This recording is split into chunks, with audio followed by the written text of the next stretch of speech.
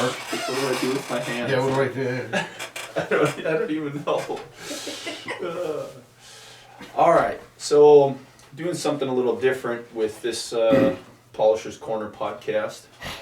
I'm going to kind of tailor this to sitting here with me today is a truck driver. I'll let you go ahead and introduce yourself in a second, but I really want to kind of take a little turn with this podcast and kind of get your perspective on whether it's shows or just everyday rolling down the road, that kind of stuff.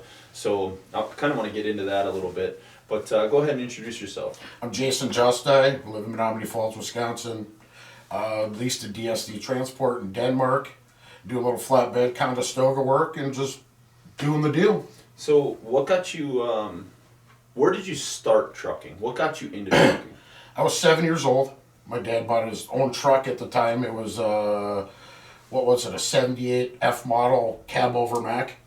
Really? Oh yeah, it was just a beast. 237, 5-speed.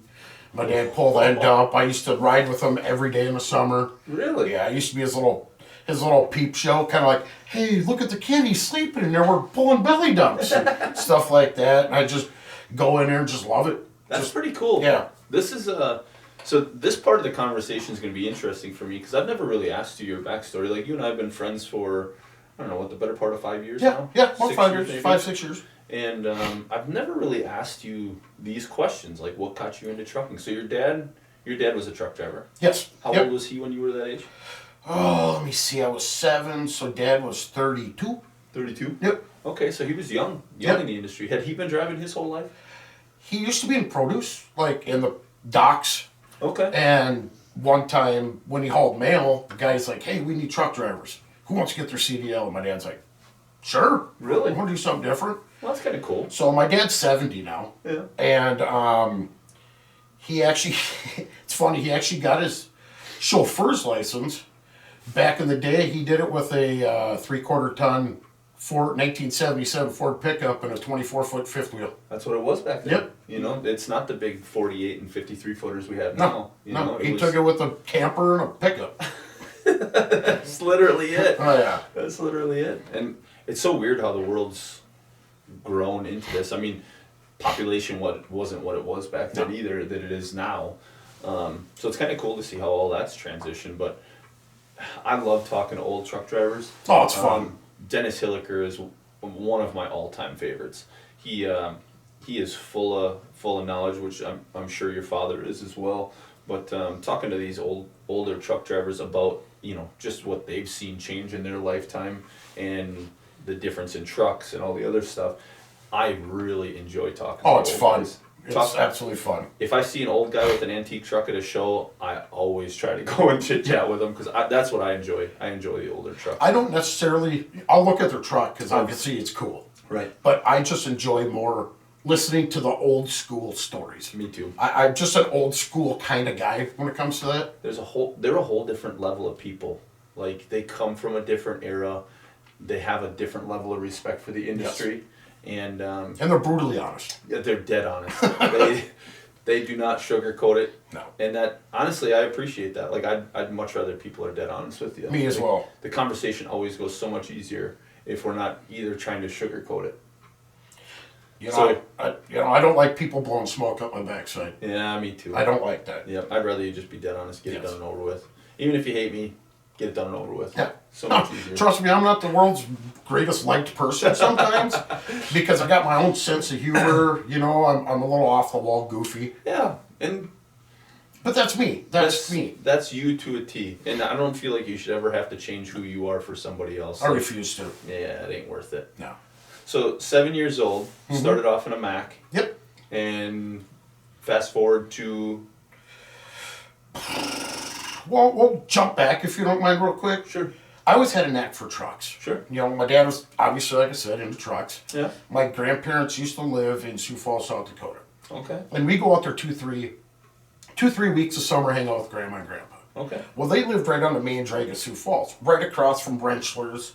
The old school gal no Wrenchler's in Sioux Falls. Yeah, yeah. I'd sit out there at the chair, can of soda, just all day, watch trucks go by. Watching trucks go by. And you were how old? I was probably 4 or 5 at that time, 6 Okay. at that time before my dad bought his own truck. Wow. Yeah, I'd be out there and we'd go to the dirt track races on Sunday nights, and my grandma and grandpa would be like, hey, what kind of truck is that? I'm like, oh, that's a 359 Peterbilt. And how do you know this stuff? I guess I was a truck nerd before I was a truck That's nerd. pretty cool. Yeah. So is that what ended up getting you into racing too? Was your family? No, nobody really raced. We'll kind of kick it back a little. What I was always interested in drag racing. Okay. There's 3 guys, me, my cousin Robbie, and my cousin Aaron. Okay. We were all freaking like tight in cars. Always gave each other crap. I'm faster than you. I'm faster than you. You know, someday when I get older, I'm gonna kick your tail and this and that. Well, 28 years ago, when I was 15, my cousin Robbie passed away in a car accident. So that propelled me to the next level. Okay. That's where I wanted to be more competitive. I wanted to kind of use his legacy, kind of like this and that. Do it for Dale. Yeah, do it for Dale. Exactly, exactly. So I kind of here and there drag race, got serious, dropped out, got serious. Then I bought the new truck here last year, and I wanted to I can only focus on one thing at a time. Yeah, it's they're money pits both ways. Oh, yeah. Show trucks and drag cars. So I had a car down in the basement, ready to go. Then my lovely wife over to the left of us, she's like, what are you going to do with that thing? You've had the thing, it's been in the family since 96. You're an idiot, you sold it in 16 and you bought it back. What are you going to do with it? I'm like, collect dust. Yeah. She's like, just get back into drag racing. I'm like, how much money do you think do you want to live off ramen your whole life? What the heck is going on here? Listen, supportive's good. Mm-hmm. Like, if you got that support base at home, that's the best feeling ever. Oh, it's awesome. It's like, even if you are going through tough times, having that support is just, it's nice to have. Yes. We don't have kids, so we got 2 puppy dogs. Yeah. So if I'm having a crabby day and they notice it, they're like, "Argh!" They attack me. Dogs are amazing creatures. Yes. They can sense a lot of stuff and definitely get you out of a different mindset. Yes, they can, absolutely. Pretty amazing. But no, like you said, fast forward, just trucking through the years. My dad had a few trucks. 97, he bought his first brand new truck. Okay. It was a standard hood Freightliner Classic. Sure. One of my favorite trucks. Yeah, it was a cool truck. And then he had that. It was yellow, black fenders. Then we kind of incorporated the at the time, what the heck was it at the time? Columbia's. What's it, the Columbia? I forgot which one it was. But they had the stripe in it. They had like the long stripes and a little swooshy deal on it. Yeah. So my dad's like, we need some stripes on this thing. So we took a picture of that, and then we brought it to a vinyl guy, and we incorporated it onto the truck. And at that time, you really didn't see that with that, Yeah. kind of deal. So that's what kind of started it. Sure. Then in 2000, he bought a 2000 extended hood, Okay. Freightliner. Yeah. Had that. And then in 06, it was 06, he ordered his first truck. Really? Yeah. And he ran out to California every week, like a lot of guys do, produce. Yeah. And he's like, I want a long wheelbase truck, but I go into alleys in LA with a 53-foot trailer. Yeah. So how am I going to do that West Coast look versus, having a short truck? Yeah. I'm like, well, Dad, if you do a setback axle truck, you can gain length off the back, but yet you can still turn. And he's like, where are you going with this? Yeah.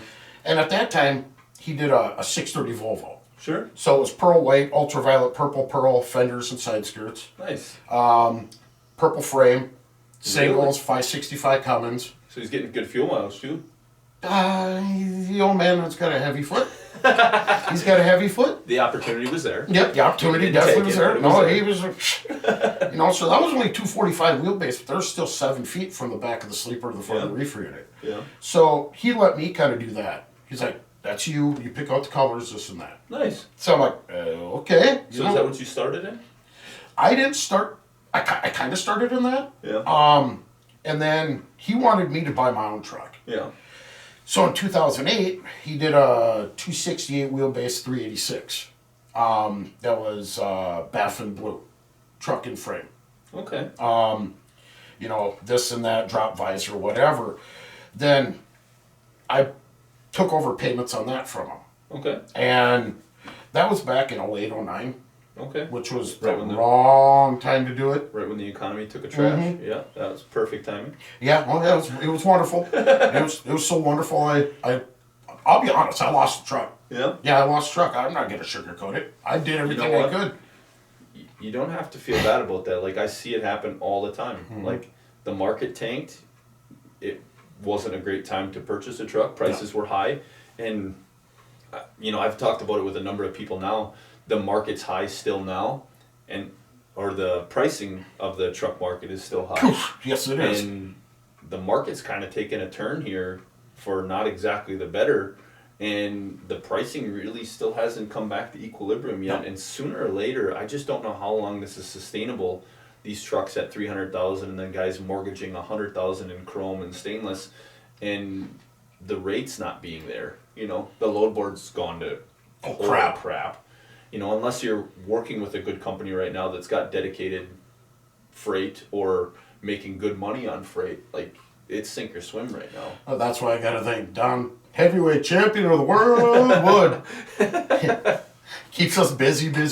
Oh yeah, Donnie never seems to have any shortage, and knock on wood that it stays that way for him. Yes. But he's a hustler. I'm sure he'll always find stuff and stay busy. Oh yeah. But he's a different caliber of guy. Yeah. Well, And he's not just been eating off the load board either. no. Nothing against the guys that are eating off the load board. If you're moving around and making the moves you got to do, but I see a lot of guys that are eating off the load board that have literally 3 or 4 different types of trailers. They have a flatbed, they have a step deck, they have a van or a reefer or a tarped wagon or something. I've noticed a lot of guys doing that. So they can switch from one to the other, whatever's paying better that week. But that's a tough position to be in. I can't afford to have that many trailers laying around. There's no way. Yeah. Have $200,000-$400,000 of trailers sitting around, Yeah. flopping payments. Yeah. To me, if they do that, more power to them. Yeah.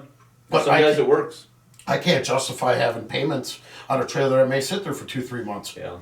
And some guys buy used so that they don't have payments on them. They made money in the past and they were able to buy them outright. True. And I'm a different character like that. Yeah. I don't have a shop. Yeah. So my personal opinion, a lot of people don't like it that way. Yeah. I like to buy new because I have the warranty. Yep. Less issues. Less issues. If it's broke, I can bring it in Yeah. and get it fixed at the dealership. Yeah. Where we live in an apartment. Sure. It works best. Could we buy a house? Yes. Yeah. But it works for our lifestyle because we're spontaneous people. Yeah. If you want to just get up and go, you can get up and go. Yeah, June and I'd be like, "Hey, what are we doing this weekend? Nothing. Grab the dogs, we're going to Minnesota, we're going to this truck show, we're going to this race, or That's cool. whatever." There's nothing wrong with that either. No. I tell everybody, owning a house isn't for everybody. If your lifestyle is living around a house, Mhm. that's different than if it's not. Some people just don't need a house. There's no need for it. If you're on the road a lot, she works. Just one And of those things that, That's the last thing I want to do is, "Hey, honey, can you snow blow the driveway? I'll be home. Hey, this grass looks like crap. Yeah. Can you mow it, please?" Yeah. No, Yeah. I don't that's want what I to mean. do that. Is it doesn't work for everybody. No. For me, I'm lucky when I bought my house. My wife's aunt that we bought the house from, she still comes back and mows my yard every week. Nice. Thank God, because we've got 5 or 7 acres, something like that. So Yeah, you got a lot of land there. thank God she comes and mows it, because it takes her a couple hours to do it. It's always for sale next year. Maybe we can work out something Yeah. and get the mow grass mowed. Well, we're hoping at some point in time they sell that house so we can move Rowan's in next door. Is what we'd like. That to would be do. awesome. Yeah. That's a great guy right there. Oh yeah, I love him to death. Oh, yeah. We're surrounded by his art here in the office. Oh, it's insane. I was telling June that when you were getting ready. I'm like, look at the attention to detail Josh does. Oh, yeah. It's And his on new another digital, level. His new digital stuff is Oh, it's insane. it's a whole nother level on top of that. Yeah. He sent me some top secret stuff on Messenger. Did he send you the shirts we're launching at Louisville? He didn't send me beat him. those, but he sent he sent me some of a truck that he just did. Yeah. And I'm like, oh, how? He's like, oh, digital, whole new level. I'm like, Oh, yeah. how do you get a whole new level from what you were already at? I'm telling you, I keep telling him a lot, like, he is just hitting his pace, and I think he's like a third of the way to where he could be. And when he gets here, I'm just going to keep pushing him to keep going and going and going. And honestly, I think he's just going to kill it. Well, he's like Pinky in the Brain. What are we going to do today, Pinky? We're going to take over the world. Yeah, I'm just going to keep pushing him to keep elevating himself and just. It's insane.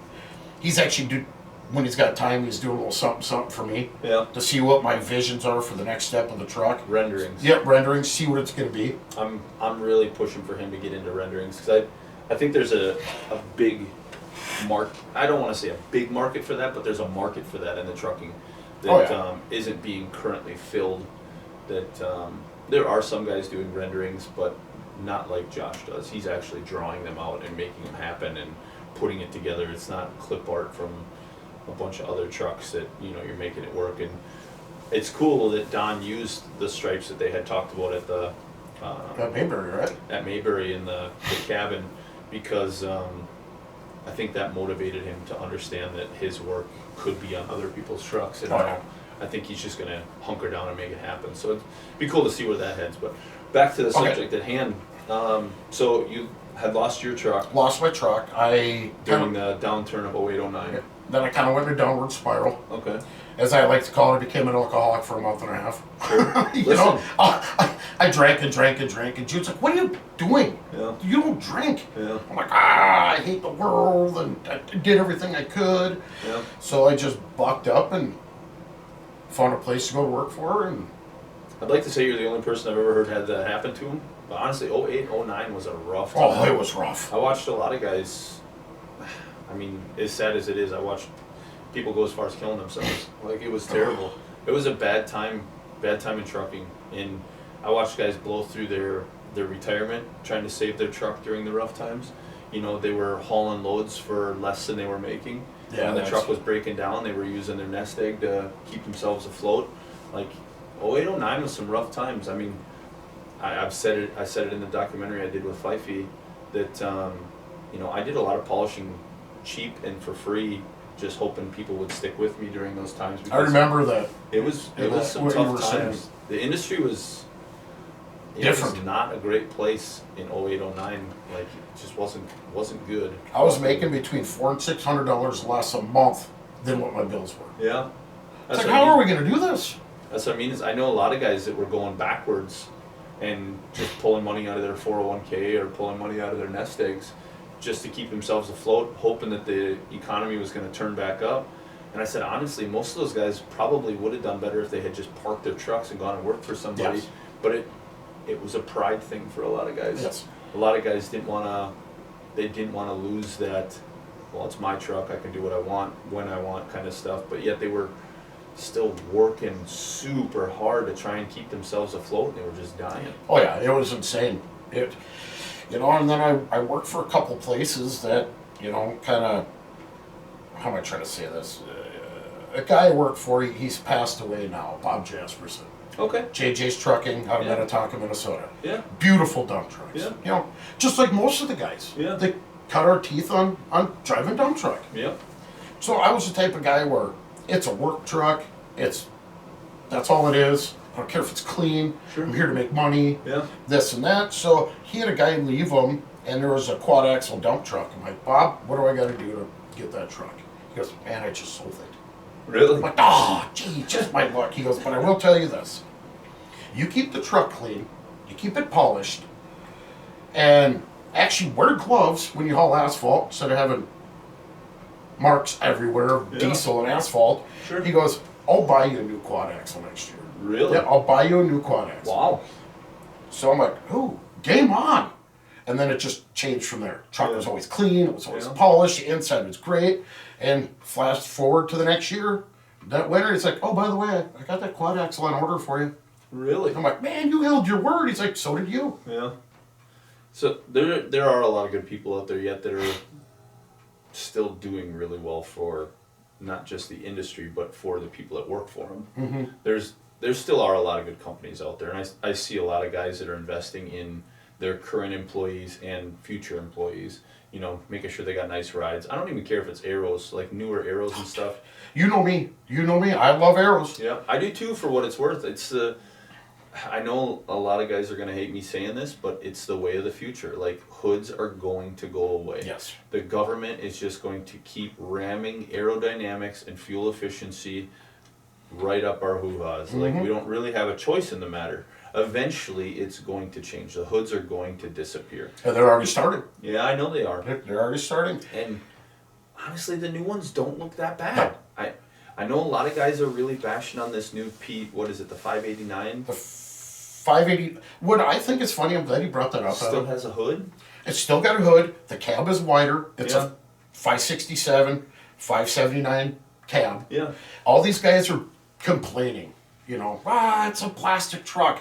I'm here to tell you, people complained about the new dashes when they went away from the Corvette dash. Then they loved them. Then this. When they get in there and go, oh, jeepers Christ. I mean, I gotta move over to open the door. And I actually have room. I don't have to grease my hips to get into the And bunk. I said, when somebody finally jailbreaks those dashes and lets you put your own screensavers on, your own backgrounds, custom your gauges, Oh, all that's that gonna be stuff. a game changer. Dude, I'm telling you, they're really tailoring it to the new, younger market coming in. And honestly, the new automatics ride just as nice as a car now. Yes. I mean, seriously. And I don't know if Donnie's going to like me saying it, but he's got one in his new truck. Oh, he's all excited. And I was talking to him the other day. He's like, honestly, this thing's amazing. He's like, it doesn't even feel like I'm driving a truck anymore. No. So, if you can get a guy like Don convinced, Right. I think it really is the way of the future. And these new 589s, I looked at it and I was like, those body lines are actually pretty cool. I could see some stripes kind of laying out. I think as soon as somebody starts putting a couple of these 589s together and put some cool stripe packages on them, paints them, makes them look sharp, the ones without the skirts and the exposed tanks look actually pretty amazing to me. I think they look cool. I agree. And I think it's only going to get better as people start customizing them and doing something with them. If it's a guy that's not well known, that comes out and does a 589. Sure. And, he's kind of starting out in the deal, and he does kind of some cool stuff, but not over the top. Guys, in my opinion, it's kind of going to get ridiculed. But it's going to take the people that have more of a name, you know what I mean, that's been out in the show truck deal. And It's not necessarily true either. That's true. I'll give you a little backstory, and I don't want to quote Steve Moss on this, but him and I have had a conversation about this a number of times. So, I don't know if you remember the Chop Top Pete, him and his dad built the day cab. Yes. I don't remember what color it was anymore. That's been a number of years ago. I went down and did some polishing for them years back. And Steve and I talked about this. Him and his dad built that truck, and Chop Top Pete's really weren't a thing. No.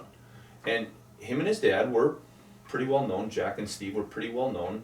Steve was just getting known in the industry, but Jack had been around for quite a while. Oh, yeah. And he had nice hot rods and cool trucks, and they went down to Louisville with it. And they picked them apart at Louisville. Did they really? For a Chop Top Pete. This is so different. It's not what we normally see. Blah blah blah. Gave this whole big song and dance about how they didn't do all that well, and they had a pretty decent name. Mm-hmm. Come the next year, there was 6 Chop Top Pete's in the parking lot. Oh, really? And Steve and I joke around about it that, they had done it, and everybody was like, "Why would you do that? That was ridiculous." And then all of a sudden, next year, there was 6 of them there, and everybody's like, "Oh my God, this is the coolest thing we've ever seen." And the same thing with J&L Contracting. Heavy hauls weren't a show truck. No. They just weren't. And they showed a bunch of years and struggled to move up the placing category, seconds, thirds, firsts, you name it, and struggling to try and get in that best of show conversation all the time. But heavy hauls just weren't getting best of shows because nobody was looking at them like this is the cool thing to have. Fast forward to now, you can see a heavy haul win just as much as you can any other truck. And, fast forward to Hammett's and all those guys. Caleb won a number of best of shows with his truck. Oh, that truck was just cool. And that truck was an accidental show truck. J&L ended up winning with Never Satisfied as a heavy haul. They won a best of show at Louisville one year with that. And, it just, from there, everything starts off somewhere and then moves into it. It eventually grows into normal. When it went from the 359 to the 379, everybody hated the 379. Oh, Jesus Christ. And then when it went from 379 to 389, oh my God, I hate the headlights, or I hate the grill, or I hate the way the body lines are. Now all of a sudden everybody loves the 389s that make a 389Xs, and everybody's buying these limited edition 389Xs. And now it's, I hate the 570 or the 589. Yep. Guess what's going to happen? Within a year or two, you're going to see them at shows, and people are going to love enough them. of them, and they, like I said, throw some paint, throw some custom panels and some stainless and chrome on it, I think a lot of people will change their mind. I hope so. Yeah. I hope so. I'm looking forward to having somebody doing cool. And I had told Gavin Disney, he's a polisher from Iowa, a good friend of mine, and I had posted a really cool picture of one of those new Western Stars all done up with custom paint job on it. I think it was the 5700 EX, the one- setback ones. the one that was on Large Car's cover. The white with the old school stripe package. Yep. And I said, honestly, boys, I'm excited to start seeing these. I love the old Western Star Lomax. I thought they were cool, sharp-looking trucks. They were body slammed on the frame. Want to hear something cool you probably don't know? Sure. 2006. Remember 2006 Mid-America? Yeah. And the Western Star display? Yeah. They had all the Lomaxes in there, and they Yeah. were cherry red, and they had Yeah. the scalps. Yeah. Remember the first Lomax day cab ever made that was in 2006? Yeah. I had a fortune enough to Bob Jasperson. Yeah. He bought that for me to drive with Really? the land dump. So I had got to drive that truck for 54,000 miles. I loved that truck. And that truck, it was like you drive down the road and the end dump was taller than the cab. Yeah. People are like, "What in the? What'd you do to that thing?" Yeah. Because it was literally slammed on the frame. Oh yeah, the thing was super low. That was the first truck show I ever did. Was Waupun with that. Scott Miller here, local truck driver. I used to do a lot of polishing for him, and he had a Lomax, and I loved that thing. so I always cool. loved how cool it looked. And I had told Gavin, I said, honestly, you're gonna start seeing Western Stars. These things are gonna start popping up at shows, and I can see that. they're gonna be winning shows. I'm telling you, because they just have a different look, and it's gonna grow on people. And he's like, I'll tell you what, if it goes to Louisville and there's a Western Star in the parking lot, I will buy you dinner. Okay. Turns out there's like 3 of them registered for Louisville this year. Oh really? And I said, honestly, I really think some of these guys got a chance at winning something. Like, they may not. I don't know. Maybe the judges won't fall for it, but I'll tell you what. There's got to be something different. Something different is what's going to turn the judges' eye to something. I'll tell you what. Social media has really started to play a big part in the truck show scene because the shows are growing, but they're also kind of dying. Like, you can go online and find everything you want and just look at it online now. You want to see a brand new Peterbilt? Go on Peterbilt's page. You can do a virtual tour. You don't have to go to the show to see one anymore. But I feel like the shows are starting to become more diverse. You're starting to see a lot more diversity. There's a lot of different things. You're starting to see not just Peterbilts anymore, but Kenworths and Western Stars and old trucks, new trucks. Everything's kind of mixing together. I don't know. I like it. Yeah. I just seen a picture on Facebook the other day of somebody they bagged a Mac Vision with a small bunk. Oh yeah. And it's like, gosh, Dave, that thing is cool. Yeah. You know? Yeah. That thing is cool. And you know me, this is the first hood that I have now that I bought. Yeah. You know, I had, in 2016, my dad, his last truck that he ordered was the red 579. Yeah.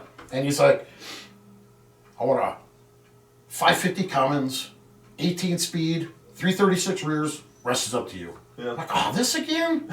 Oh, I hope you like it. Yeah. You know? So I did Coke red frame, Coke red truck. I told him it was 268 wheelbase because he didn't want any longer than his other one. So I snuck in a 272 and didn't tell him. Sure. And you know, aluminum fifth wheel, blah, blah, blah, blah, blah. And he drove that back and forth. Well, he wanted to retire, and he's like, you want to take over payments on this thing? I'm like, didn't we just do this in 08, 09? I kind of screwed you on that deal. And he's like, it's a different world. Yeah. You're older now. Sure. I'm like, okay, let's do it. Sure. And then I did a couple little things to it, and then I always got to have a name for something. Sure. You know, the race car, you know, Bruce Jenner, Sure. you know. Fitting. Yeah, it's fitting. Yeah, twin turbo LS Mustang with the front drive distributor and small block Ford valve covers. It's fitting. You know, it's fitting. It's confused. I don't know what, whatever. But anyways, we'll get past that point. And then, you know, everybody's like, why a plastic truck? Why a plastic truck? And I'm like, because I like it. Yeah. And I'm like, I think it's fantastic. So that's when I came up with the name and put on the back window of the red 579 Plastic Fantastic. Plastic fantastic. And then I sold that and bought the Volvo. You bought the green Volvo. Bought the green Volvo. We had it in our Babes and Big Rigs Yeah, camper. Babes and that's right. I forgot about Babes and Big Rigs. And, I nicknamed that, Turbo Suburban. the old Turban Suburban. Yeah. So, Honestly, I tell everybody till I'm blue in the face, one of my all-time favorite customers, his name's Mahmoud, Middle Eastern fella. I remember you telling me about this. Happier than heck guy. He is one of the nicest guys on the planet, and I love Vimto soda. It's a Middle Eastern soda. It's like got actual real fruit juice in it. Oh, really? You can only get it in like a Arabic store. Okay. And of course, we're in the middle of Chilton here. There's no Arabic stores anywhere near here. There's only 4,080 people. I should have signed on the Yeah, right. So he always brings me a 12-pack of Vimto with him. Really? That's my tip. He super nice, and he switched from, he had a Volvo and went to the new Cascadia, Okay. and he was telling me that the fuel mileage difference between his old truck and the new truck, just the fuel mileage on his new truck was going to make the payments on the truck every month. Absolutely. Just in what he saved in fuel. Now he comes up here to KT Birdseed Factory every week and picks up a load. Oh, so So it's he's right here great in for Chilton him. anyway, so he can just swing in whenever he's in town. But yeah, it's one of those crazy things that he just happened to start coming here and wanted to shine up his wheels on his Cascadia. And honestly, I didn't care. I don't care what you drive. You come here and you want to get polished up, dude, I'm happy. Yeah. So Take pride in your ride. comes in here, he's happy, he pays before he leaves me a tip, and when he leaves, he's smiling so bright, like I can see him smiling in his mirror going down the road. He's smiling that big when he leaves. So, and he was telling me the last trip up here, he was getting between 10 and 11 miles to the gallon in that new truck, driving an automatic, driving to Chicago to Minneapolis to here, or Minneapolis to Chicago to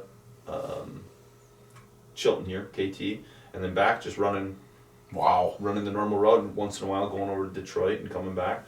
But yeah, he was doing 10 to 11 on a good day when he wasn't bucking wind and stuff. I'm like, that's some serious mileage. Oh, absolutely. Absolutely. I went from the Plastic Fantastic, I went from like 5'6", 5'5", 5'8". And then when I bought the Turban Suburban, went to like 7'7", 8'1", 8'2", and I'm like, holy crap, this is like, the fuel I'm saving is like almost $2,000 a month. 2.5 miles to the gallon. Mm-hmm. That's It's a huge. lot. And then stupid me, I gotta go completely backwards. Go from a 235 wheelbase Volvo to a 295 wheelbase flat top. Honestly, it's a nice truck. So, I appreciate it. but let's get into your Peterbilt a little bit. So, why'd you end up going to a Pete? The time was right, I felt. You got it for the right price. I feel I got it for the right price. Some Yeah. people think I'm crazy, but Well, the market was high, but you got it for a good price in a high market. yes. And I sold the Volvo, which was a 2020. Sure. I sold that for a really good price. Yeah, I was gonna say you got good money for that. Yeah, I got really good money for that from a dealer. Sure. So I justified it. I got numbers running through my head all the time. I justified it going, okay, I sold high, I'm gonna have to buy high, Yeah. but the money that I can have down, my payments won't be crazy. Sure. They'll be $150, $200 more than I have now. Sure. So I just wanted something. Everybody thought that, oh, he's gonna do another setback truck. So I just kind of like, ha, gotcha. One of them deals. So, I bought the 2023, 389, 295 wheelbase, cool gray with Marlin blue frame. Yeah. I'm a hot runner. Yeah. I'm a car guy. It kind of had that mid 60s Ford block blue Yeah. color on the frame, and it just had that like old school primer look. Yeah. And I told June this like years ago. I'm like, I would love to do a primer gray truck and just this and that. And Pewter and blue. Yep. So it's like, you know what? Yeah, I think we're gonna do this. Yeah. Not knowing that I wanted to try to go to the few next steps that I want to go to. Sure. It just turned out that way. So now that you have the truck and you've gone to a few shows, Mm-hmm.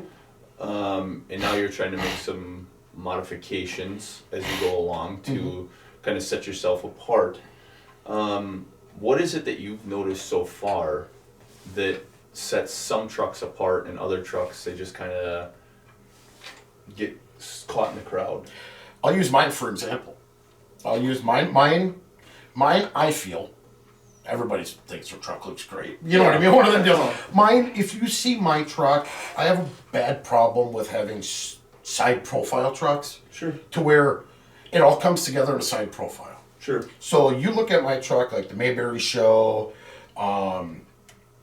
semi-casual show, when I'm, parked right next to Barry's purple beauty. Yeah.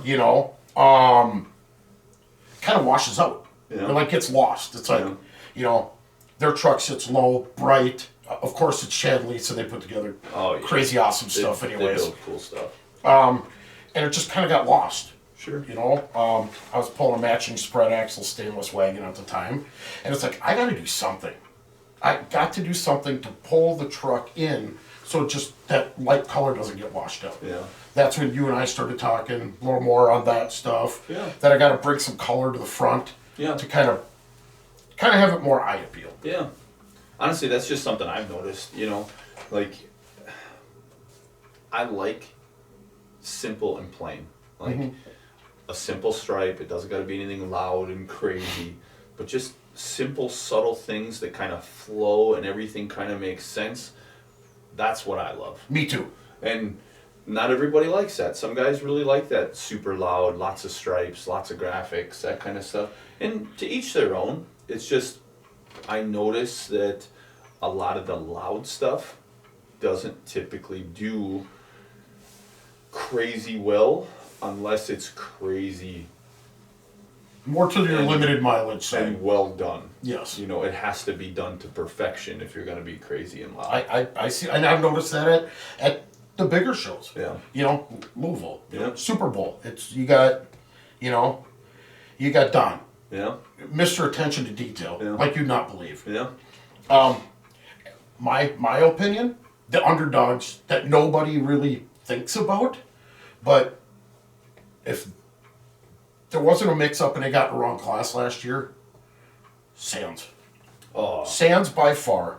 Chad, Brad, awesome dudes. Yeah. They'll talk to you all day long. They're some of my favorite people. Blacktop Bandit was insane. I've been begging him to bring that truck back to Louisville this year and compete in the limited class combo instead of dump class. I really think had you put him and Don toe to toe last year, It would have been a coin flip.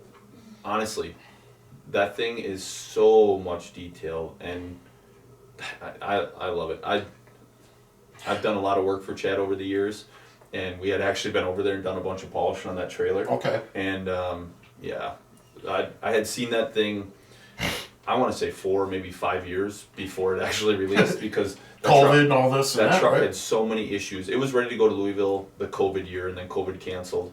And he was actually ready to debut it at Louisville the year before COVID, and he was going to debut it at Shell Rotel, and he was going to debut it at Dallas. It just, something kept going wrong, and they are so busy over there. Like, for them to shut their shop down and go to a show is crazy for him, too, because he hates letting his customers feel like he left them high and dry. Yeah.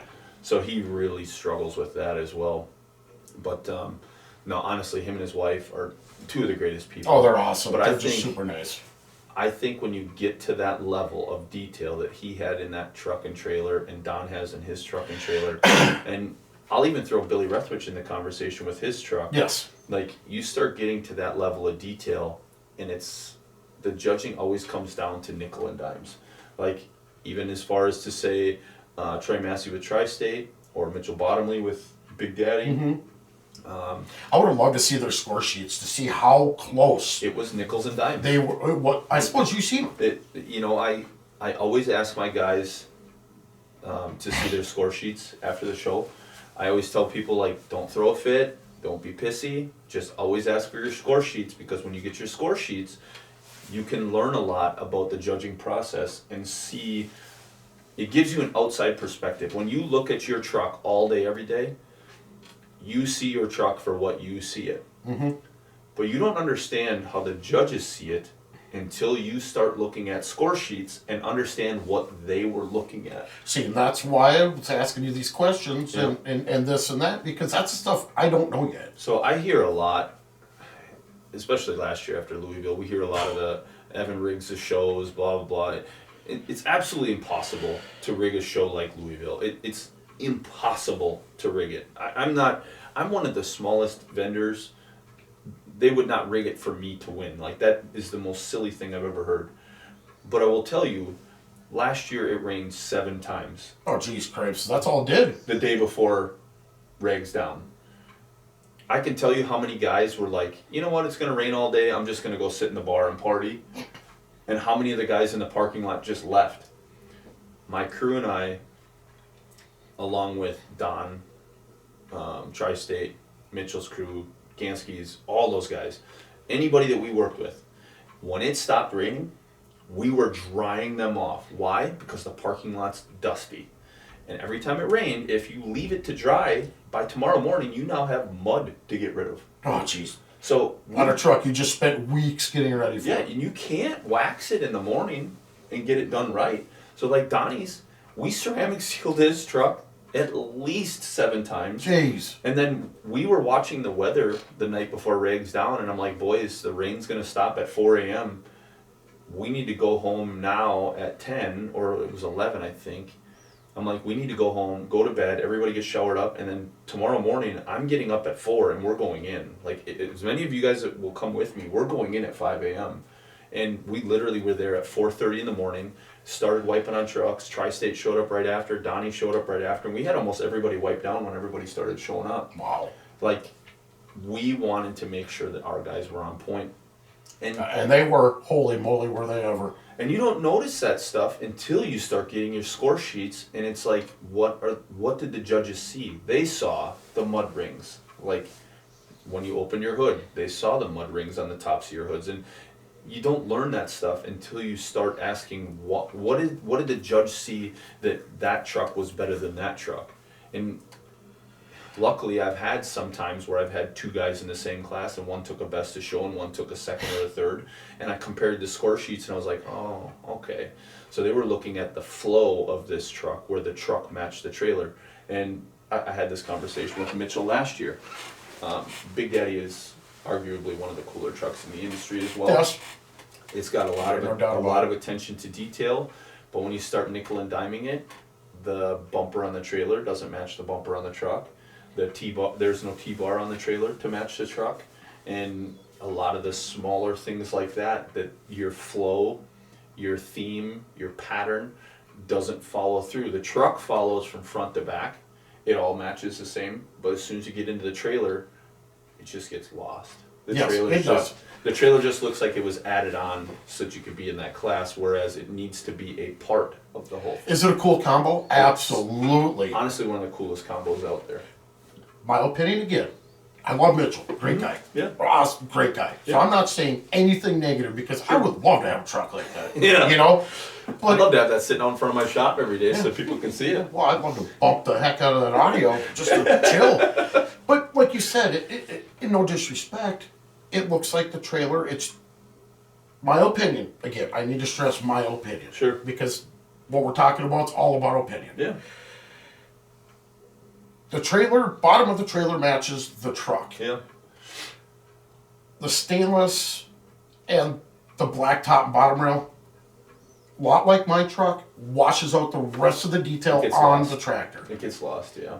And I tell people, like, you can have a big chunk of shiny. And actually, I had this conversation with Todd Gribble last year.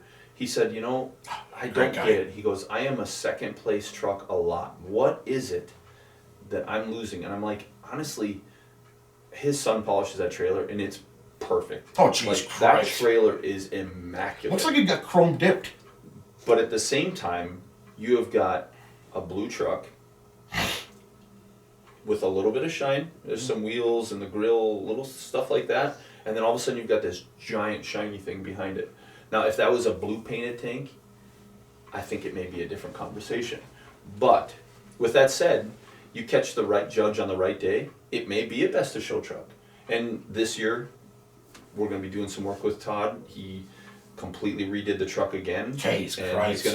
he's gonna show it at Louisville again this year. We're helping him detail. Good. And I'm gonna push as hard as I can because I want him to win a Best of Show. He deserves a Best of Show. His truck is one of the coolest ones out there. Yes, it is. But I think when you get to the theme and the flow through from truck to trailer, it's a giant shiny thing behind a blue truck. To bring up Bill Rethwish again, I think his Painted tanks. painted tanks is what brings the whole theme and flow together. It flows together. I don't. If he didn't have the truck matching the trailer, or vice versa. Yeah. And you You can put a polished trailer behind that thing too. I feel like black and shiny go together well. It does. Blue and shiny go together well. Red and shiny go together well. But you catch a it's judge. got to be hard with the pneumatic with that much shine. Well, and that's what I mean is, and I shouldn't say that because even if that tank was painted blue, I don't know. You're competing a pneumatic against shiny reefers and stuff like Yep. that too. But I don't know. Like I said, sometimes it just comes down to the judge too. What is the judge's preference? It's a lot of judge's preference falls into a lot of that stuff that, you could paint that tank blue and then all of a sudden you catch a judge that's like, man, if that tank was polished out, You got this more thing would points. be a Best of Show. And it's like, I just had it shiny last Yeah. year and couldn't do nothing. Gosh So, dang it. like I said, sometimes it's the luck of the draw with who you have judging your trucks too. Because some guys like the shiny tank. Some guys would rather see a painted tank. And I told Todd last year, I said, build it for you and eventually you're going to catch one. You're going to catch one. Because that truck's stupid cool. He's been in every calendar.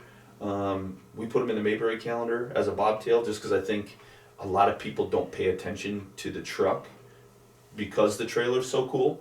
Yes. So we put it in there as just a bobtail so that people could be like, oh shit, this thing looks cool. Oh, that thing is Just as a bobtail That's too. another truck that's got so much attention to detail that you don't notice unless you stare at it multiple times. Yep, exactly. And then,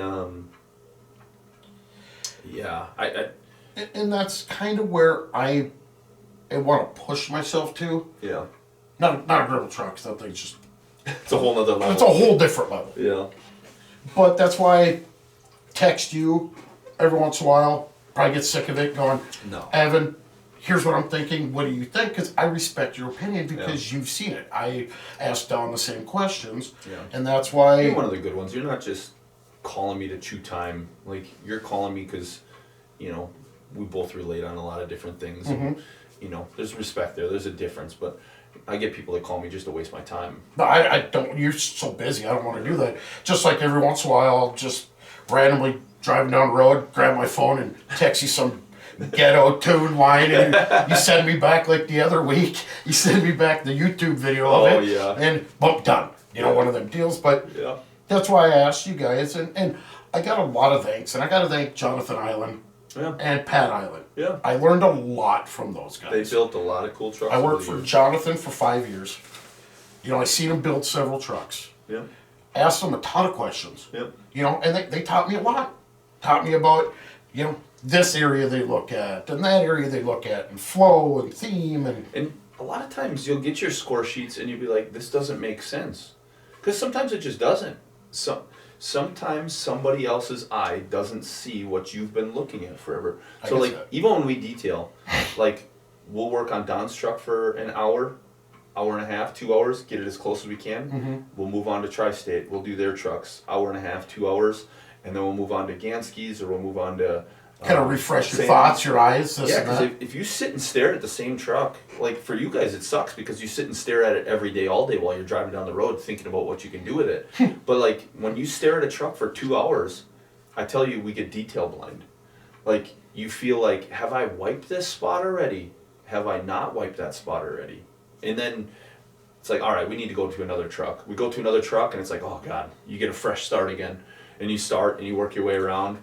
June hates that when we're getting a truck ready for some of these smaller shows. Like, does it look good? Did I miss this? She's like, shut up, it When you looks sit great. and look at the same thing, you get lost sometimes. And I always tell my guys, like, just keep trucking along, jump from one truck to the next. If somebody's bitching, they feel like we haven't spent enough time on their truck, tell them we will be around all day. We are going to continue to re-wipe the same spots over and over and over. We should need to reset our eyes, reset our mind. We Yeah. need to get a different color, a different palette. Just, we thought we had Don on point last year. We got there that next morning, and I was like, how did I miss this? This is right out in the open. Like, it was a blatant out in the open spot that I had missed, and I was like, how did I miss this? I wiped through here 10 times yesterday. How did I miss that? And I was like, I'm glad I, got a good night's sleep, 3-4 hours. Came back and hit it one more time, because I was like, judges would have seen that right out in the open. I missed it. And, same thing with Tri-State. We went over to their truck and wiped. I was like, man, his whole crew wiped on it all day too. We wiped on it. And we all missed a spot right out in the open. We got it wiped off before it rags down. But sometimes it just happens. You get so detail blind, and you guys get stuck in the same thing. You look at the same truck every day. Oh, I've talked to June, and it's like, I don't like this truck anymore. It's just like, it's a nice truck. I'm like, I don't like it. Yeah. It's like, because you stare at it every single day. Yeah. You know what your next step you want to go to. You just, and now I'm working on it, like we talked about the interior. I want to go different than what other people are going, but yet at the same time, the theme. Yeah. My theme, some people may know, some people may not. I call the truck Nut and Fancy. Yeah. NUT dash and fancy. Yeah. It was a funny conversation we were having in the shop one day. Yeah. A buddy of mine came up with the name. Give Darren Leak the credit for the name. It's risky, but yet it's family oriented. But it's you. It's me. It's me. It's you to a Then T. you came up with the squirrel with the tux on. Squirrel in a tuxedo. Yeah. That's you with 100%. Like, I could see you wearing one of those tuxedo T-shirts. Oh, don't worry. It may happen this year. I already got my down south truck show cowboy hat. See, now that's too funny for me. Like, that's what I mean. That's you. Now, I'm just a goofball. I like to, if I can't have fun, I'm not going to do it. Yeah. I just like to have fun. Like I said, my cadence may come off wrong at times. My sense of humor may be extremely raw. It's the Red Fox in there because that's kind of a lot of the same. Yeah. I'm just a goofball. That's you to a T. People may not take me serious, but I am serious. Sure. And, I'm just glad I'm making a lot more friends going to these smaller shows so I can get the confidence to go to the next step. Yeah. Which I feel from talking to you and Don, I'm going to make that next step, You're going to do well. I hope so. I think sooner or later, you're going to do something with your truck, and it's just going to all of a sudden click, and you're going to be like, this is the last piece I need to do. Mm-hmm. And once I do that, it's just got to keep going to shows until people see it enough that all of a sudden you catch a break on one of them. That's what, thank you. And I'm trying to do that, and, I asked you questions about that. You're like, what, maybe we should would you be willing to do a podcast, talking about that? I'm like, absolutely, because any help I can get, not saying I'm looking for help because it's all my thoughts. So I'm trying to take a new truck, to have it in my mind, like when I used to ride with my dad back in the day, when I was young, kind of like, someday I'm going to have a truck like that. Someday I'm going to have a truck like that. And it was always an extended hood flat top for some reason. And it was all, it was that mid-90s, kind of late 90s, early 2000s flair. Yeah. And that's what I told myself I wanted. So when I bought this truck, that's the theme I want to go with. Yeah. I guess for me, the one main reason I wanted to have you on here was because I know a lot of truck drivers that go to a few shows and they get really discouraged because they thought they had the coolest truck, and then they got to a show and the details got lost. Yes. And they didn't win, and they were like, you know what, the show system is just messed up and flawed. I don't want to be a part of this anymore, and they just bailed out. And I was like, man, if you'd have just grabbed your score sheets and just started checking what went wrong or what the judges were seeing, not that you necessarily did anything wrong, but what the judges were seeing, made some modifications that you were still happy with, or just kept going to some shows until people got used to it. That's what I'm doing, and I remember you mentioning that. That's why I'm starting out, and I wanted to do it so I didn't psych myself out, Evan, right, and get frustrated and throw in the towel. Yeah, because I know you were frustrated a little while. I was. I was. You felt like your truck was getting lost in the crowd, and it was. It can at times, but like I said, sooner or later. So I went to Competitors' Choice shows. If I can start doing better in Competitors' Choice, then I'll have the confidence to try more of the judge shows. Sure. But at the same time, some of these new modifications that you're doing to your truck, maybe it sets you apart enough that all of a sudden now That's it's what I like, huh, this guy's in the conversation. That's kind of what I want. I'm not doing it for show-wise. I'm doing it for me. Yeah. You know, I always tell everybody, don't build a truck to, like, you can build a truck to win shows. Donnie's proved it. Yes. Like, you can build the truck to specifically win something. You just have to know what to look for and what stuff you need to do so that it hones in on that section. yes. But at the same time, I tell most people, just build a truck that you're happy to drive every day. That's and that's what I got. Because going down the road and people giving you a thumbs up and telling you it's a cool truck is honestly, I don't want to say a better feeling than winning the shows, because honestly, winning the shows is what everybody shoots for. But honestly, it's an equally as good feeling. Oh, it is. I love that. You know, the other week I'm cruising down the road, just got truck washed, you know, doing the deals, cruising along, doing my thing. All of a sudden I caught in the mirror. For some reason I looked out the driver's side mirror.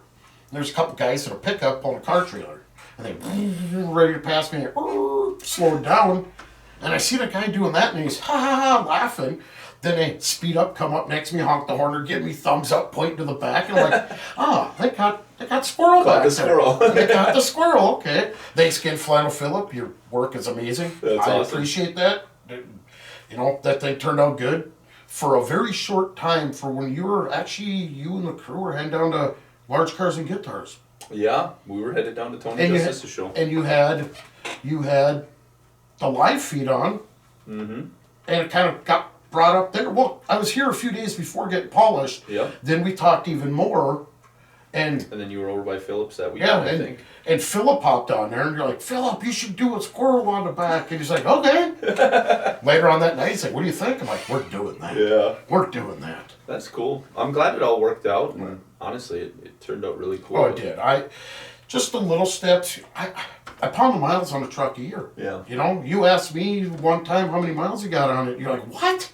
You know, if I went to gone to some shows and did some things, I would have put about 150,000 miles on it. And I put just a little over 140 on it. I tell everybody, working show truck class is one of the harder classes because it's judged really hard.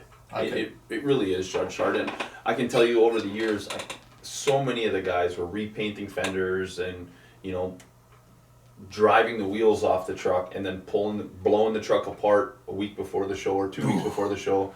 I remember the One of a Kind Custom boys telling me when they had that, I think it was a blue truck with a white frame. I think they had told me they had painted that frame 5 times that year showing it. 5 times? Because the only way to keep it perfectly white like that was just redo blast another layer of paint on it. Oh. I don't want to hold myself to that because it was a conversation we kind of had. It was a real quick conversation, but I thought they said they had it was 3 to 5 layers of white paint on there by the time they were done with the show circuit that year.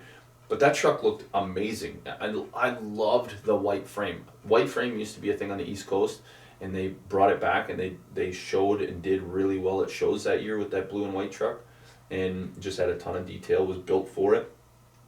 I don't think it did crazy well right out the gate, but it took them some time, and it did well. And I think the same with these lowrider trucks they're building now. It's going to take some time to grow on people. Yes, it will. It's so drastic, but once it does, I think you're going to start seeing a lot of wild stuff at the shows sooner or later. And I'm not a wild guy. Me neither, but and it's hard for me because that's the I love lowriders. That's the end thing right now. Well, you know, lowrider, you can't knock a lowrider. I'll own one sooner or later. I could see sooner than later. But you know, it's like Park it next to the dog. But you know, the end thing right now is kind of loud, bright colors, this and that. I like it. And I want to do more of the laid back, old school homage to the older drivers. Yeah. That's why I did the 7-inch single rounds. Yeah. You know, and the spare time interior I want to do with the color stitching and this and that actually. You watch the show, who wins? It's a good mixture of everything right now. It's not One or just the other. old school. It's not just wild. It's like a mix of everything. First, second, thirds are really a mix of everything. It is. So I Okay. think anything's got a possibility to win right now. And I feel there's a cycle. Everything comes back around again. Yeah. Everything comes back around. Yeah, the Kenworths are starting to make a comeback again. That- Some slammed out Kenworths. Oh yeah. Some old A models. Well, who does a really good job on that? And I see over there, Clint Dix. Oh yeah. His the way he's done a few is crazy. Let's not forget Chad and the black truck, Yeah. which is absolutely was amazing. Yeah. Still is. Yeah. But I don't know. I just seen it through my whole life going to shows. I started going to Louisville in 2000, Yeah. That's pretty close to when I started going. and it's like it was always a goal. It's like God, these guys are just cool. Yeah. Some were cool, some were not. You know what I mean? Whatever. Yeah. And it's like you get to know people going to shows, and just not even competing, just going. Yeah. Well, I met you at. Really got to meet you at Super Rigs in Tulsa. That's right. Yep, that's where it That's was, right. 2017. That's right. And then, going to some shows and meeting people like the Berries and you and Don and Crystal and, just cool people. I'm super blessed to be surrounded by so many great people. I am too, because I made friends with them before, not like, oh, you got this truck. I want to be friends with you. Yeah, they don't care what kind of truck you got. No, they You're don't. good to them, they're good to you. Oh yeah, they're just great people. And I want to be associated around people that are great people. Yeah. I don't want to be, I hate drama. Yeah. If drama's here, I'm here. Yeah. I hate it. It's a lot. The hard part for me is I'm into social media, but I'm not into social media. Yeah. And like we talked about before, social media is a huge thing Yeah. in truck shows. It's become a big part of it, yeah. That it's like, I don't want to get lost in the big creators, Yeah. the people with hundreds of thousands of followers. Sure. I feel I'm not that guy. Pretty easy to get. Excuse me. But I respect those people. Yeah. Because they're bringing truck shows and trucking into a name. Bringing it into the limelight Yeah. so that everyday people can see it and hopefully respect it a little more. But in return, I think it kind of hurts truck shows. Yeah. Because I remember before the whole social media craze, Evan, that hear little rumors like so-and-so might be building a truck, or it's going to be crazy, or Yeah, but this or that. It gives the judges an opportunity to prejudge you too. Okay, That's where I'm glad I brought see it that up. It makes That's where I sense. see it is like, so we had this conversation last year. A guy that I really have a ton of respect for had put up a post about how he hates this new truck show circuit that everybody is releasing their trucks before they get to Louisville and stuff like that. And I'm like, honestly, I'd hate to believe judges prejudge the show, but everybody's on social media, and if everybody can see the truck ahead of time and go, oh, these are some little details I'm going to want to look at a little closer. Honestly, I think it doesn't hurt anymore to kind of debut your truck before the show and let people start picking it apart so that they can look at it at the show and really try to pick it apart. But here's a question I have for you. Sure. With the social media presence and people pre-showing their truck, and Yeah. let's use Lot Rut for instance. Sure. They've been little snippets, a little bigger, a little bigger, a little bigger. The question I have for you is, does that, with a big social media presence, does that hurt or kill the life cycle of the showing of the truck?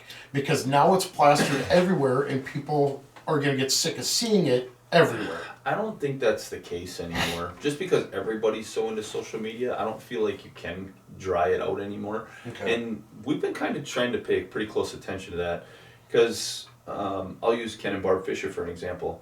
When they were showing the average life cycle of a truck was 3 to 5 years. You could show the same truck 3 years pretty steady. And we always told everybody your first year's your debut year. You may win a couple firsts. You're probably going to win some seconds and thirds. You'll do some minor modifications to it going into the second year. Okay. Your second year, you'll probably win some best of shows. You'll win a couple other first places and maybe a couple seconds or thirds. And then your third year, we call it your swan year.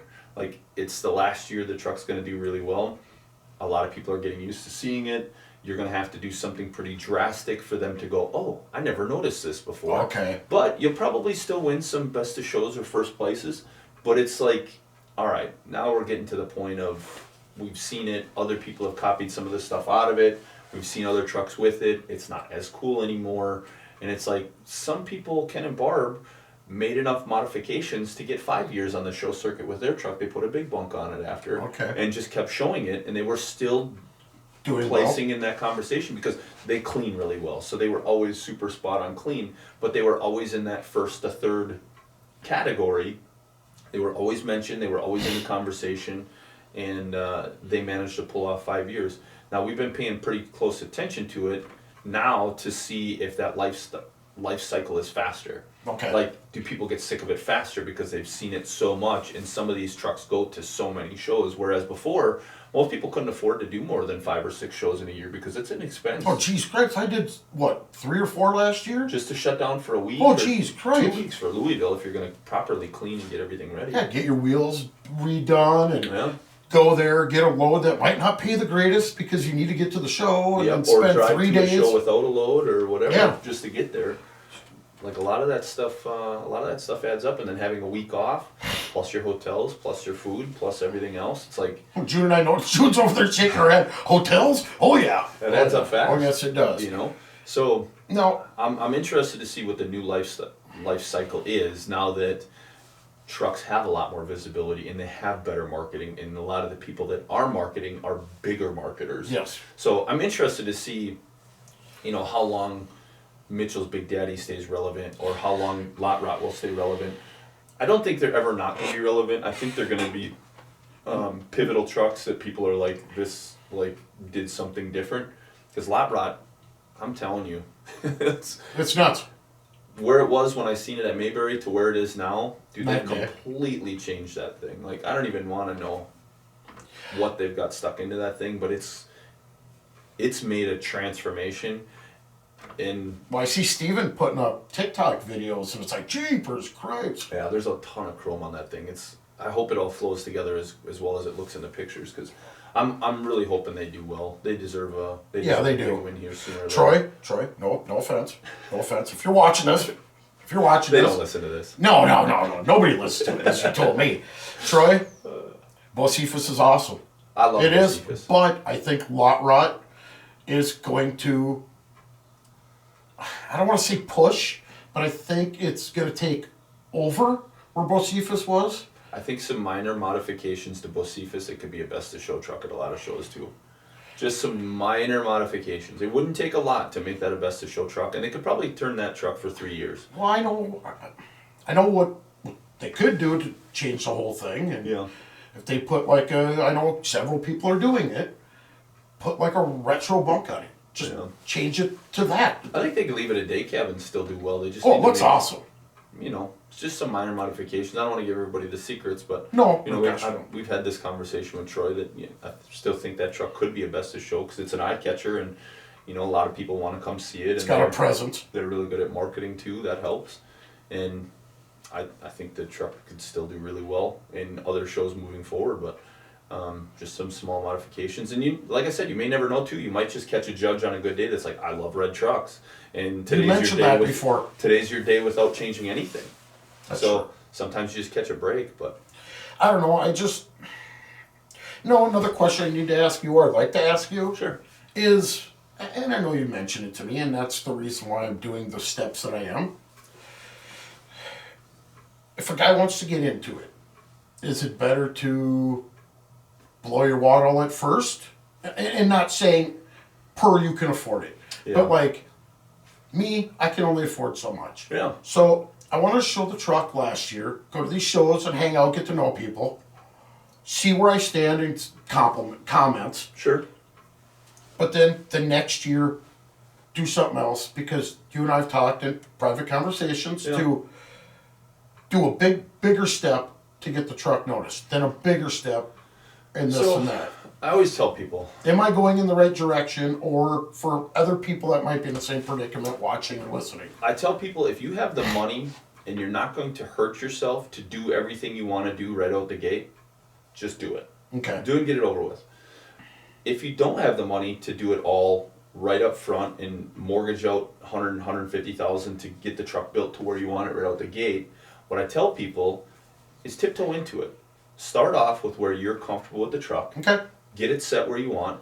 go to some shows, see what it costs to do the shows, see if you can afford to keep doing it. If you I can am afford- listening. If you can afford to keep doing it, then make some bigger modifications as you can afford it, Okay. and continue to show it and get it to where you want. And honestly, you could go to shows for 2 years and not get noticed, and you could fly under the radar.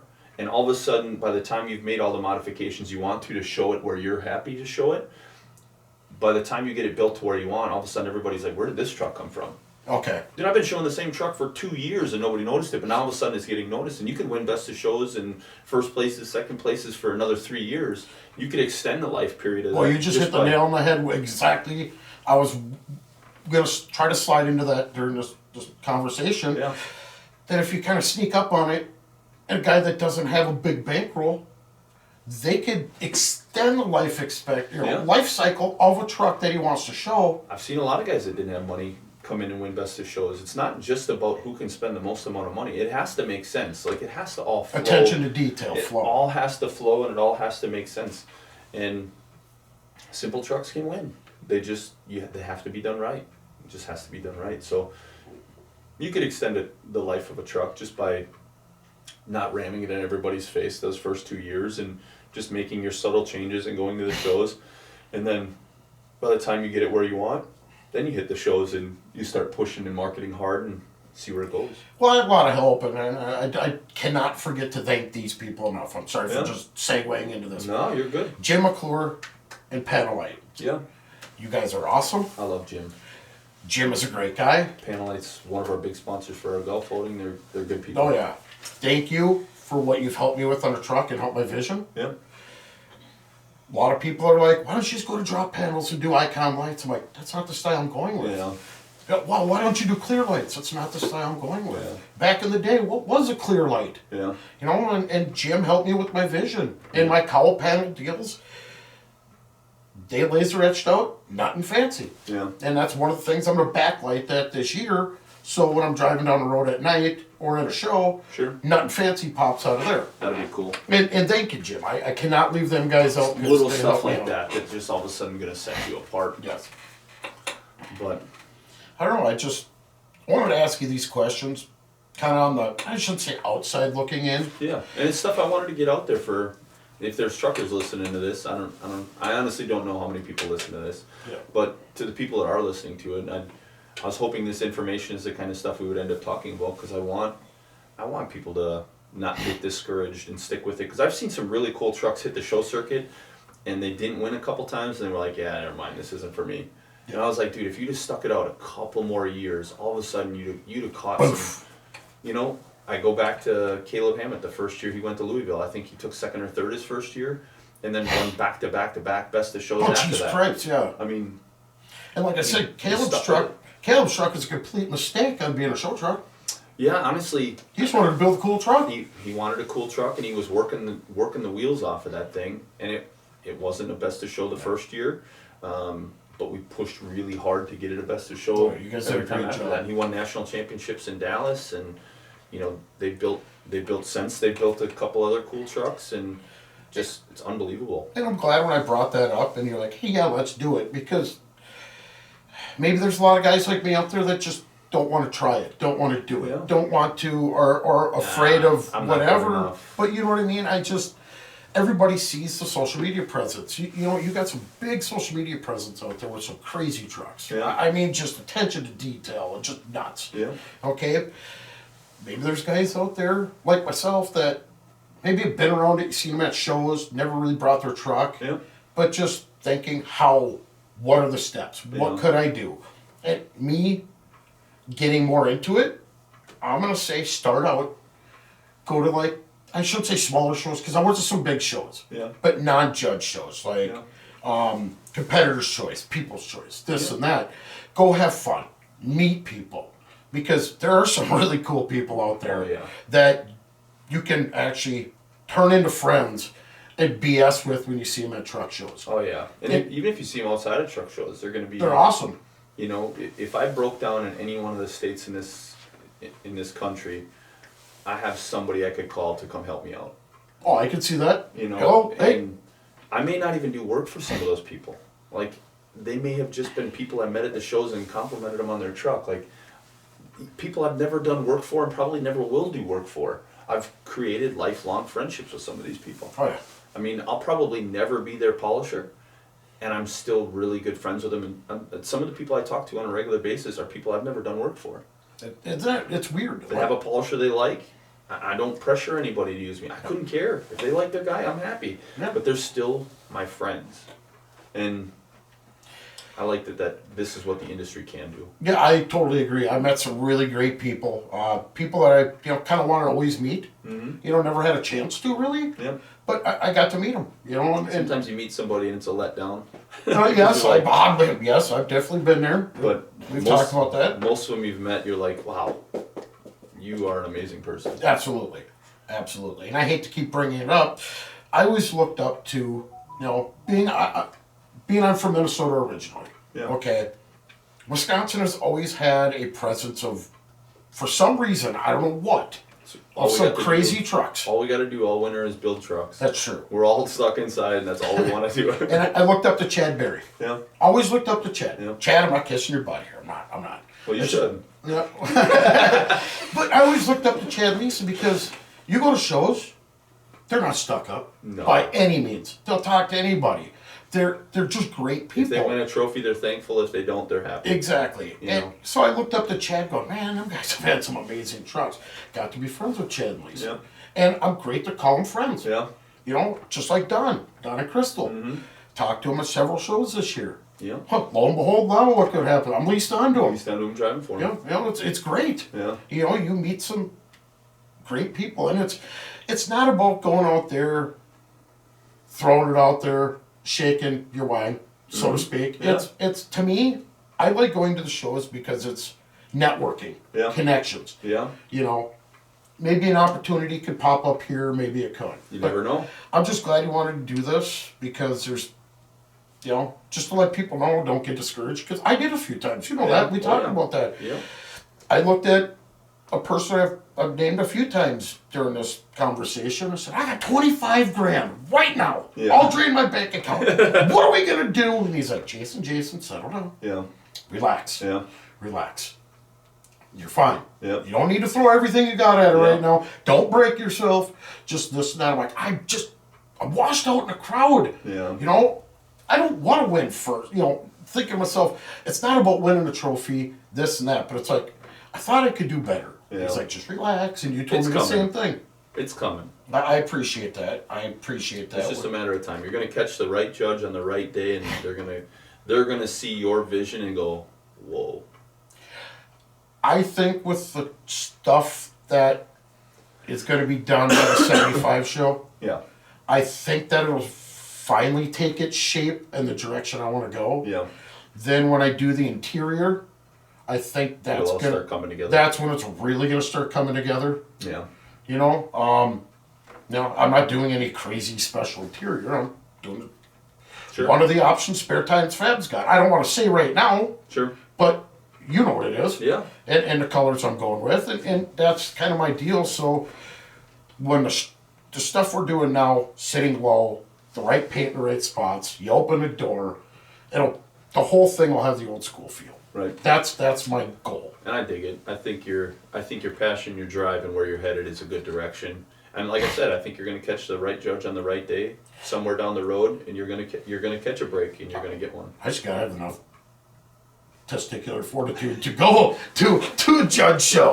You just gotta keep muscling it out. I've done a couple judge shows. Don't get me wrong. It's gonna happen. You'll be fine. Yeah, I just and I appreciate you BSing and talking about this and kind of the journey. And another thing I gotta say is, it's never an easy road. No. It's this whole trucking thing is never an easy road. Did I catch some breaks from my dad? Yeah. Absolutely. Yeah.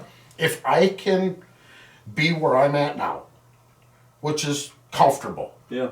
anybody can do it because my younger days I was a slacker. Yeah. My parents got a divorce. I lived off mommy and daddy. Yeah. I played the game. Oh, dad doesn't love me. Mom doesn't love me. Give me money. Give me money. I don't want to work. Yeah. This and that. And just my dad gave me tough love.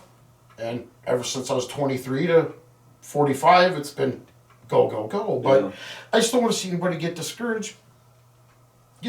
I've always looked up to people that's had big rides. Yeah. You know, saying someday I'd like to. I'll be honest. I'm an open book. Yeah. You know that. I got nothing to hide. Yeah. When I took over payments on the 2016 579, Yeah. I thought I have a history of payments being as coming out of my account that I could go in and buy any truck I wanted. Sure. Absolutely not. Yeah. I had zero Yeah. commercial credit. Yeah. Zero. Yeah. And I'm not ashamed to say this. Yeah.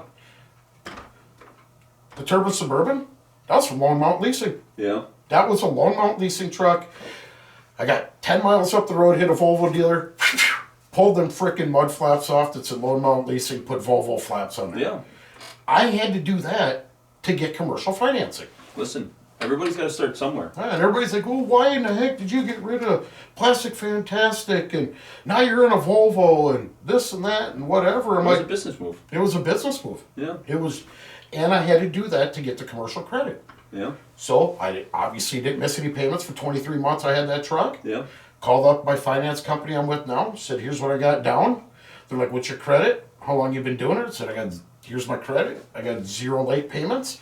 And they're like, oh, you have this money down? Yeah. Huh. What's the one you need the check? Yeah. You know, I just don't. I've been discouraged so much. Yeah. You kicked in the backside so much It all that comes together sooner or later. it does. It does. I just don't want to see anybody get discouraged because, like I said 100 times, I love going to truck shows. Yeah. I Me too. love it. I got frustrated, yes, but I just love to go there and hang out. They're a great way to spend Oh, money. yeah, I can't wait. Yeah, great way. I had friends when I did a drag race last year. They're like, well, how do you like this truck show thing? How do you like it? I said, it's just like drag racing, only more expensive. They're like, what do you mean more expensive? I said, you start out with a $200,000+ truck. You do this. Uh-huh. You do that. You take the time off work. You do this. I said, drag racing's cheap. Uh-huh. You In the know? grand scheme of it. Yeah, I said, you go and buy a $40,000, $50,000, $60,000 car and you could fit into this class and do pretty good. I said, you got to start out with a $200,000+ truck, throw X amount of dollars into it. You're not even in the conversation. You're not even in the conversation. You ain't winning nothing. You know, I said, it's expensive. Yeah. Just it like- can be. Yeah, I'm going to do both this year. And then you get guys like me that my truck, I don't have hardly anything into it, and it looks like it's worth a decent amount. When you told me, when we had the conversation before this today, I about fell over. I'm like, you got to be, how? I had 2 guys at Louisville last year offer me $110,000, and I was like, dude, show up with cash, you can take it home. Seriously, like I've heard you say that before. I love that truck, and I'm not like super personally attached to it. I mean, I'm attached to it. I love that truck. I wouldn't sell it unless it was ridiculous money. Yeah. But at the same time, 110 it's a lot of money. Yes, it is. I could buy the dream car I want, still buy another shop truck and rebuild another shop truck. Yeah, for that you like, could. I'd hate to see it go, but at the same time, like that's a ridiculous amount of money. Like that would get me closer to the dream car I've wanted to have my whole life. So like You got 315s, bumping the EZ and your 26s, collecting your riches. yeah. So I don't know. I look at everything like I built my truck. I know it's not everybody's cup of tea that it's a day cab stretched out. End of the day, I built it for me. I didn't build it for anybody else. And if people came to the show, and if one guy said, "Man, that's cool," or if all the rest of them were like, "This is the biggest pile of shit I've ever seen," I'm still okay with that because it's the truck I wanted. It's yours. You didn't build it for them. You built it for you. Mm-hmm. And I know I've said it in past podcasts, but Ron Beer is a guy that I've always looked up to, and him coming up to me at Louisville and looking at my truck and going, "You chromed your tank straps and you chromed your wiper arms, like, Evan, that's awesome." Like, for a guy like him that I've always looked up to, for him to tell me that I kept some subtle old school touches and that he noticed it. Everybody for the entire week of Louisville last year could have told me it was the biggest pile of shit they've ever seen. That was the biggest compliment. I you was got. on cloud 9. Seriously, you couldn't have kicked me in the dick and brought me down from that. I was on that big of an emotional high just from Ron Beer's That's awesome. conversation. And Is then that big, tall buck, Ron Beard? yeah, Make it taller, need a 55-inch TV, Ron Beard? yeah. Okay. I love Ron to death. I've He never always- met him. He always had so much chrome stuff. Like he has a ladder in his trailer that he had all the rungs chromed and stuff. Jeez Christ. Like it's an amazing ladder. He completely pulled it apart himself and reassembled it. and he's got a chrome pallet jack. He's got all kinds of cool chrome I've stuff. always, when I first seen that truck come out, I'm like, oh, look at that thing. Jeepers So for Christ. him to notice something like that for me was like, that's the best. And then over the course of the week, Dennis Hilliker coming by and him telling me, he's like, Evan, this thing's beautiful. That's cool. Absolutely beautiful. And he's huge in the Antique Truck Historical Society. And then Don Wood finally getting a chance to look at it once he got done with his stuff. That's because he didn't have that much going on. Yeah, before right. Louisville. When he finally got a chance to come over and look at the truck, and he's like, Evan, this thing's right. He's like, this thing's nice. He's like, by the time you get your interior done and everything else, he's like, this thing's really coming along nicely. And then, we had to make some modifications last year to mine too. That, the fenders got blasted from and there's no way to put good mud flaps up front and keep the stones from bouncing off the fenders. And we had to build a custom T-bumper to protect the fenders, and we had to build an eye panel to cover between the tanks to protect a lot of that stuff, and it just is what it is. Yeah, you need to redo stuff to do stuff to get it there. And now I got Huffy out here pinstriping the last couple pieces, and we're putting the interior together, and That's gonna look cool. the last of my interior pieces are laying here in the office with us. I got that, and my speakers, I got to put my radio back in, so Kenny Cryer's driving my truck down to Louisville for me this I was year. gonna ask you, it's obviously gonna be Louisville because I know you mentioned that, and I got to get that radio in there so Kenny's got some tunes to listen oh, to. Kenny, oh yeah, all my exes live in Texas. The Kenny tunes, I think the he old listens- school country. I think he listens to Eazy-E, to be honest. Who, Kenny? Yeah, I'm just kidding. Oh, I was about to say him. I don't even have more in common now. We're the Easy Flat Top He crew. just wears the cowboy hat as a cover. No, Yes. I'm kidding. He probably does listen to He country. I probably, don't. well, just like that TikTok. I bet you it's rock or something he listens to. He Oh, yeah. probably listens to classic rock, AC/DC or something, I would imagine. But Well, it's like them TikToks. Oh, what people think truckers listen to, and it's like old school country, and they drive by, and it's like Celine Dion and this and that inside a truck, this and that. I'm guilty of that. I'm that's funny. my emotional music.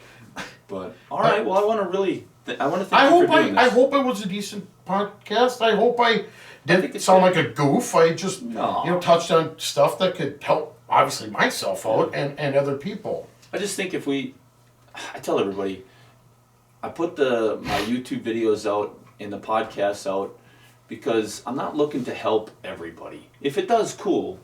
But if it helps just one person, That's cool. that's enough for me. It's worth the time invested.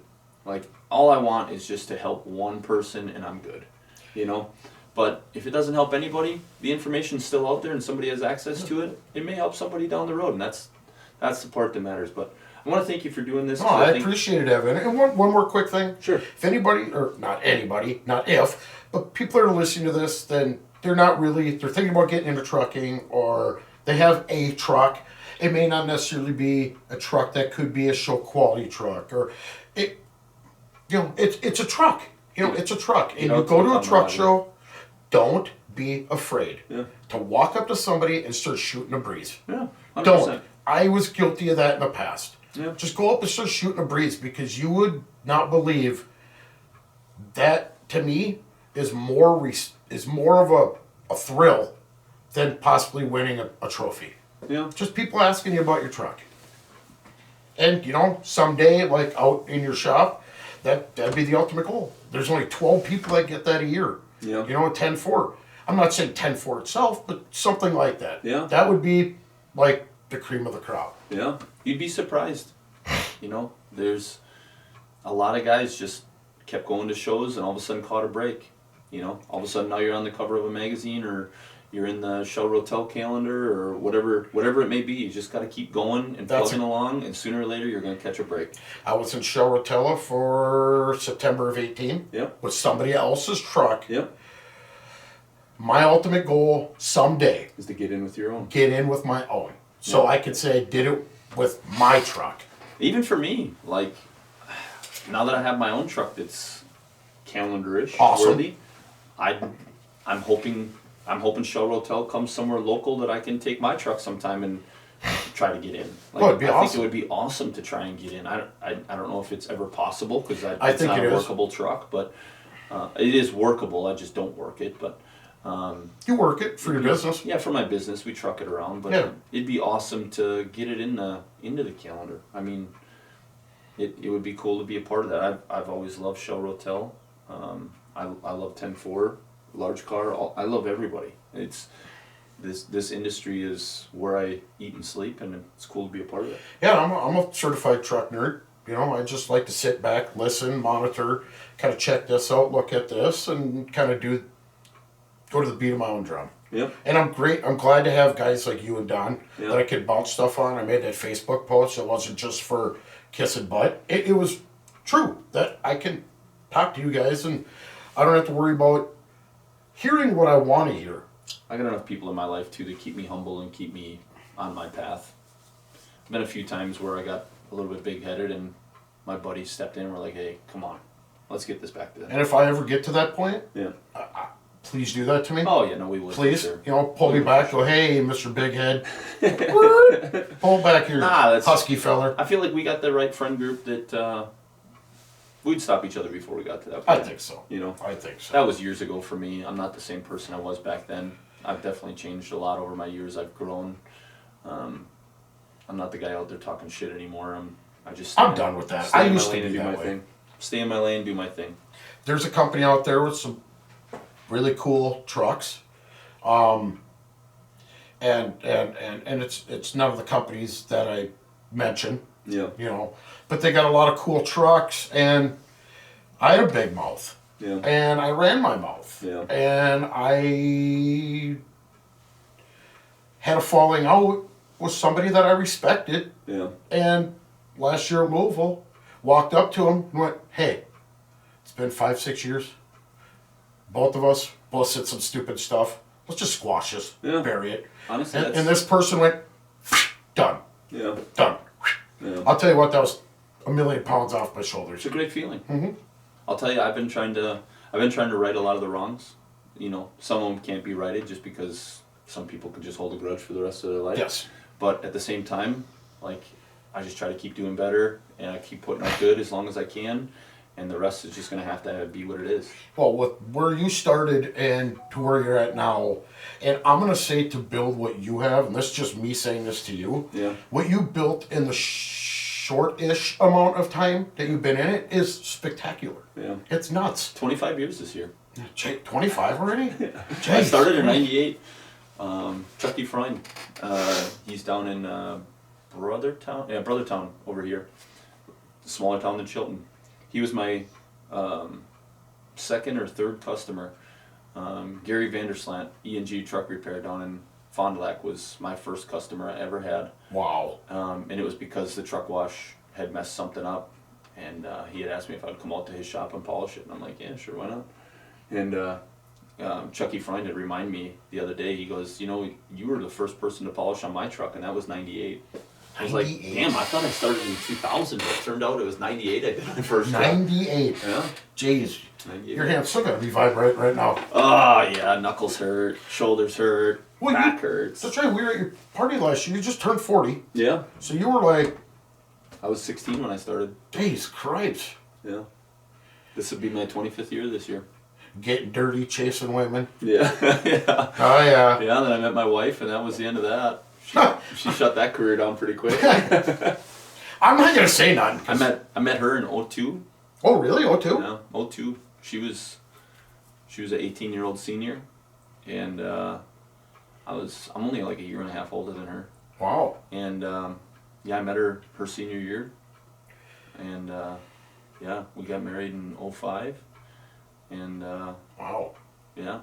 I'm such a Pretty frick. wild. Yeah, it is. I'm such a stud that I had to meet June off the internet to meet her in person. Listen. And she's told me, she goes, if I would have met you in person, the way your humor is, no way I would have dated you.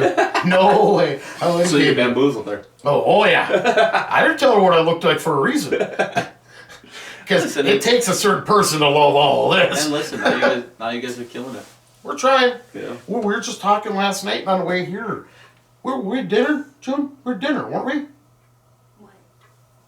That was yesterday. Yeah, it was. Bop came on where we were eating breakfast. Yeah. And we're talking and I'm like, damn, that sounds old. June's like, I was 14. I think I was 14. I'm like, no way. No way. No way. I was gonna say, I was so like, I Googled it. It came out in 97. I put my gonna say- phone down. Evan, we were like in 8th grade. I was gonna say '97. I'd have been Because I was ninth. a freshman I'd have been the fall freshman. of that year. I'd have been Yeah. a freshman that year. I was 20. I was ninth grade. Yeah, because I graduated in 2000. Jeez Christ. Because, Yeah. yeah, I think, You were 01? yeah. Yeah. Well, I was held back 1 year. So Okay. I was. You would have been later. 2000. Yeah, I would have been. Yeah, it's crazy. just, Yeah, no, it's because I'm crazy. like- And on the way here, The on the way beginning here, of that we're, year, we were in 8th grade, and that's, Uh-huh. I think, I feel like a when we met. pedophile Right? now. And That's he's not like, true. I know, but she was in 8th grade and I was 20. I That was sounds like- creepy, but Once you're all over 18, it's just a number. that's He's true. like, As long as He's you're like, happy, I it's was just a 20 and number. you were 14, or I just turned 20. Yeah, I'm like, Just Jesus turned Christ. If you were dating at the time, that would have been a different Yeah. story. I But was like, Well, you know, it was on AOL 20's love chat. If that